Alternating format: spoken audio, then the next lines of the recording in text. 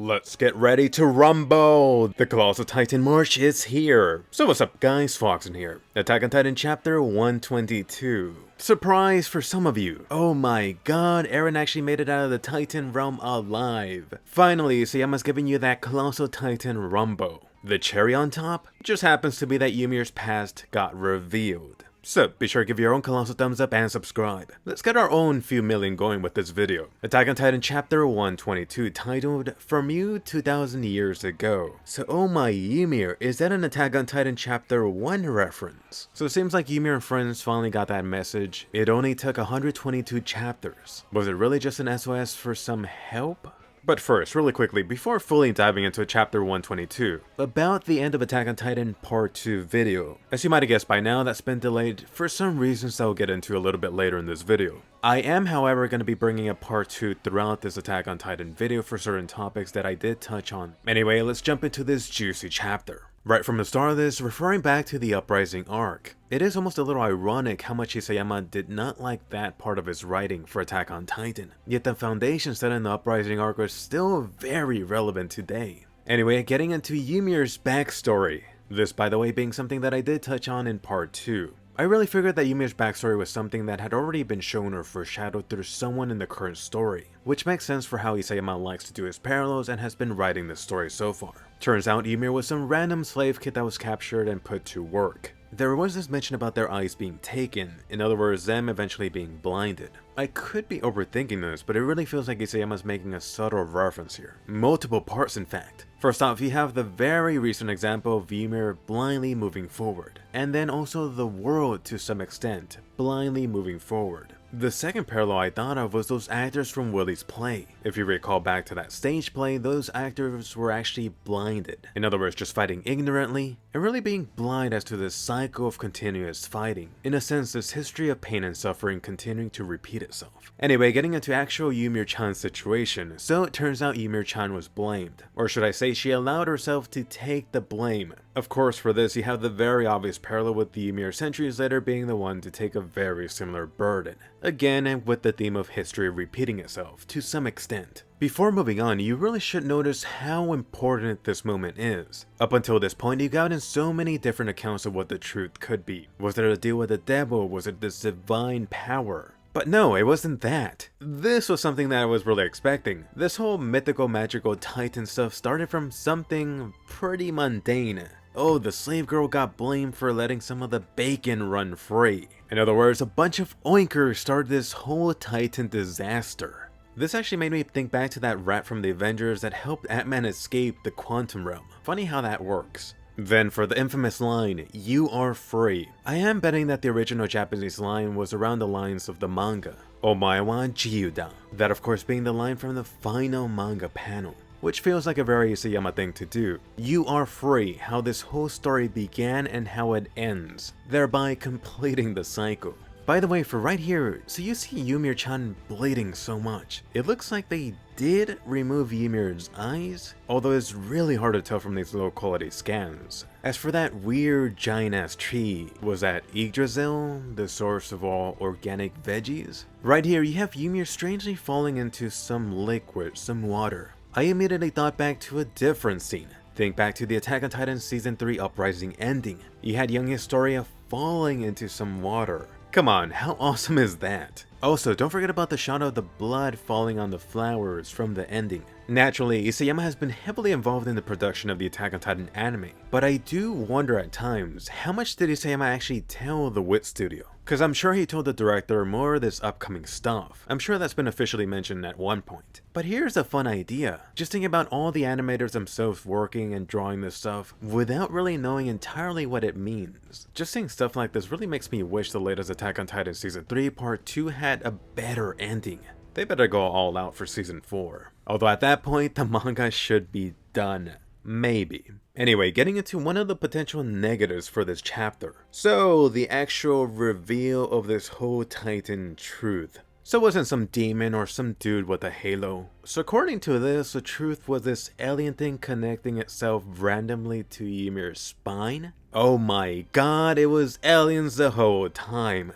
And I've actually seen people mention this almost trollingly in the past. Come on, Attack on Titan went fully darling in the Franks. Sorry, my darling PTSD kicking in. But let's actually examine this in detail for a moment. One of the things that has had me worried for a while was eventually getting to this point when Isayama started diving into where exactly the true origins of this Titan mess started. In other words, going back to ground zero, starting with Ymir-chan. For a while, part of me had wished Isayama had just left it vague, still giving us enough info, but vague enough so fans could speculate. On the flip side, not concrete enough to give us a step-by-step process. This chapter with this detail feels like it's getting dangerously specific. I think I could have done completely without that panel of the spinal thing attaching itself to Ymir-chan. But for now, let me know your thoughts on this. I still need to think about it a little more. Do you fully want to know the details of this whole Titan process? How do you feel about it being this almost alien parasite type of deal? Anyway, the female Titan arrives. Really, the OG Ymir Titan. At this point, it's starting to really feel like the female Titan really only embodies Ymir's female trait. You really have to love this airy imagery of this Ymir Titan. It really makes me think back to stuff like from the Berserk manga, and then stuff with airy imagery like the cassette movie. By the way, did you notice for the Ymir Titan, how huge is this thing? Could this thing be colossal Titan sized? Think about that for a moment. Next up, what happened? Was there a jump cut here? I mean, how the hell did you get from Ymir going Titan mode to this point in time? This brings up a lot of questions. Did the Titan Ymir simply obey the king without any questions? Why did the king and the people not question this monster little girl? I mean, it wasn't like they were trying to turn Ymir into this Titan monster. They were freaking playing Hunger Games with their small ass. Why did Ymir freaking follow this douchebag guy post-Titan powers? I mean, Ymir could have easily hulked out on him and thrown him like a chihuahua. Really, when I got to this page, I had to triple check that no pages were missing. I am going to bet that Isayama is going to fill out some of the details later. Then, getting into the detail about the Elida tribe now getting stronger. So now it looks like Grisha's made-up history was somewhat right. Titan Ymir did make freeways, Disneyland, and gave you high-speed internet. She truly deserves to be praised. Who knows, perhaps it was Eren just feeding Grisha some information at that point. Although on a serious note, take a look at this. Ymir accomplished all of this, just not of her own will. The great Eldia was built on the back of a little girl. As for Ymir's reward about this, come on, forced to have kids with this ugly bastard. Looking at the founding OG Titan, this thing seems to resemble death itself. It's looking all tentacly in the midsection. Although actually that might be the ribcage sticking out. It now makes me think back to the Titan Grisha mid-transformation, or that Rod 120 meter Titan. This specific Ymir Titan pose reminded me of two previous manga panels. Recently, Titan Reiner trying to catch football Eren before that touchdown. And it wasn't entirely the same, but think back to Manga's Titan Armin. As for another detail you should notice here was Marley being mentioned. So it turns out Marley did exist back then and was taken out by the original Ymir. All it took was a single Titan. So perhaps you can't blame Marley for being pissed off centuries later. Next up, you have pregnant Historia? Honestly, for this, I almost did a double take. Naturally, this is a pregnant Ymir. Although, come on, who did not think back to pregnant Historia present day? Isayama is definitely hammering down the parallel between Ymir and Historia here. And yes, you know what that means. Ultimately, you have Ymir here starting the royal blood family branch. So back in the attack on Marley, you actually had Willy drop a Titan piece of info. Something that a lot of people seem to have forgotten. Ymir having 3 daughters, which later the Great Walls were named after, while Rose, Maria, and Sina. Here you actually get to see these daughters. I just wonder how old was Ymir here? 16, 18, early 20s? I really don't think the guy would have cared if he got her ass pregnant in her teens. It just so happens to be that Ymir got pregnant later on. Anyway, moving forward into the end of Ymir. So you got the reveal here, Ymir's unfortunate death. Come on, that is some serious Stockholm Syndrome right there. Protecting her horrible, wretched master. At this point, was it really that unfortunate? It seems like this girl had a very terrible life up until this point. So here's something that I mentioned in my part 2 video. For a while, there was this mystery about how exactly Titan Ymir died. The details on that have been vague. I always suspected that was something not involving the Titan powers. Something like Ymir having an early death, either Ymir taking her own life, or someone killing her. Something like killing Ymir to try to steal the Titan powers away, or just due to Ymir being a threat. Something you should notice here is something not mentioned, which is the curse of Ymir. Previously, it was thought that this Titan curse was due to Ymir dying about 13 years later, after taking the Titan powers. In reality, it was her really just taking the bullet for this cursed king. It really does seem like this curse was something like I suspected for a while. The curse really just being this byproduct of Ymir dying prematurely, or Ymir being about 13 years old at the time of becoming the OG founding Titan. As for Ymir's actual death, come on, no Titan healing factor while in human form? What a freaking ripoff. Perhaps that human healing factor didn't come until future iterations. Or it could be like you've heard a couple of times in the story, that the Titan healing takes into consideration the owner's will to live. For Ymir's case, really not hard to see why the poor girl would have not wanted to live at this point. As for the next panel, definitely a parallel to when Zeke was dying. Could this mean that Ymir's message 2,000 years into the future was her commanding or giving some message to Zeke? I mean, you had that Titan with her eyes closed that happened to save Zeke's life. Then, upon her death, seems that poor Ymir got sentenced to another punishment. Forever sentenced to the Titan realm, serving the royal family. Come on, how cruel is that? Anyway, getting into something that should seem very, very familiar, although something that I feel that was more obvious. This going back to the Attack on Titan Season 2 ending. Ever wonder how the OG Titan powers got passed along? If you think about it, it's not exactly like they had Titan injections. The next best thing? Just take Ymir's daughters, all three of them, and have them fricking munch on their tasty mama. This was something that I brought up in part 2. The only slight thing that I did add was thinking that there were 6 others from the king's royal family that joined in on this Ymir buffet. Turns out, not the case. Isayama did previously mention there were tons of secrets in that ending, stuff not yet revealed even in the manga. It is funny how stuff keeps on popping up from this late in the Attack on Titan endgame. For the actual events that played out, that is a damn depressing situation for these kids. Unfortunately, it's going to be one of those things that's going to be massively censored in the anime.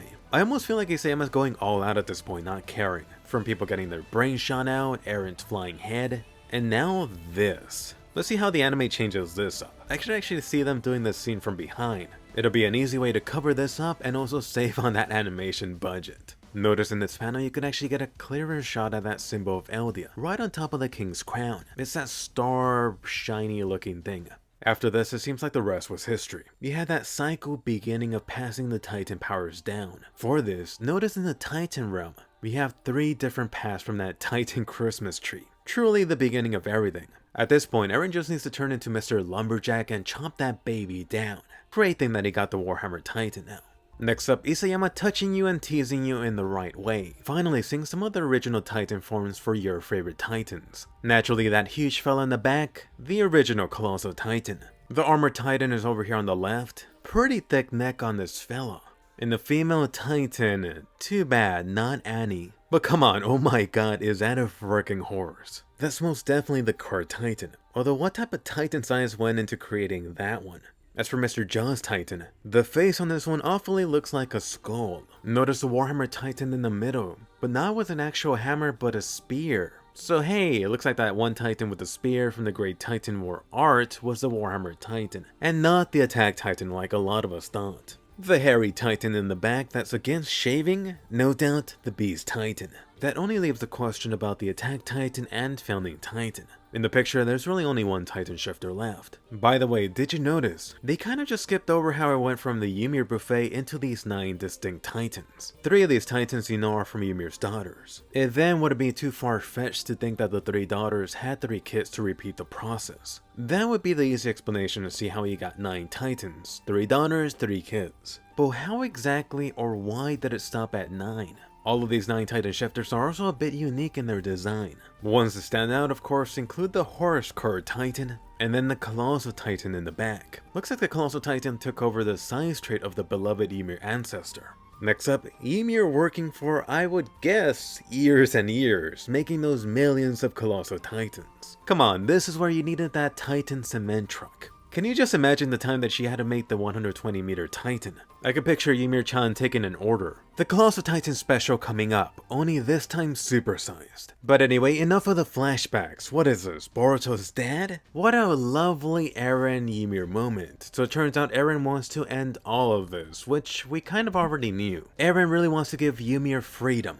pretty interesting turn of events for this whole Yeager brother situation. You have Zeke, a royal blood member, commanding the small girl, just like the original king once did. On the flip side, you have Eren Yeager not commanding her, but instead wants her to decide on her own, giving her free will. So was Ymir-chan just waiting for that Eren hug? I could actually think of a certain Ackerman who would be super jelly. And actually, this scene makes me think back to that rooftop scene of Hanji hugging Mikasa. Then, I expect this to be an ultimate moment for the anime. Poor Ymir-chan finally opening her eyes. Right here, definitely notice her expression. At this point, this is very infamous. She's really looking like Eren did back in Attack on Titan Season 3, at least the mouth shape. For a moment, let's actually take a step back from this whole Titan Realm scene. Here, Eren hugging little Ymir-chan. For a split second, it made me feel like Attack on Titan was a completely different series. It really feels like it's going back to a familiar trope. We have the magical lily with powers that you need to save. Anyone that signed up to Attack on Titan because of the action stuff in Season 1 definitely never saw any of this coming. Anyway, back in the real world, fricking called it. As it turns out, everyone was fricking overthinking how Eren would fricking survive. Turns out that the simple solution was the correct one. Just go Titan mode. By the way, is anyone a fan of this whole Eren centipede spinal thing? It really makes me think back to some things out of Claymore or Berserk, or some of the darker manga I've seen. As for a quick cameo from your favorite girl, Gabby, so looks like no harm at all from her shooting that anti-Titan rifle. But suck it, Gabby, you can't keep a good Yeager bro down. Watch, next chapter she's gonna freaking headshot him again or something. That is, if Gabby isn't freaking traumatized by seeing that sight in front of her. Which, by the way, how close is she to that Titan transformation? I mean, who doesn't have a craving for this barbecue Gabby at this point? About the actual final page, this actually reminds me of that cliffhanger from the Uprising arc. Hopefully you manga readers recall this. You previously thought Historia was going Titan mode, but nope, it was the Rod guy. So hopefully Isayama's not doing this random fake out. I mean, the Titan skeleton does look awfully large. Immediately, the one other person you think of could be Armin's Colossal Titan, but the guy might be too far. So are we gonna get a different Eren Titan form? It would be about time.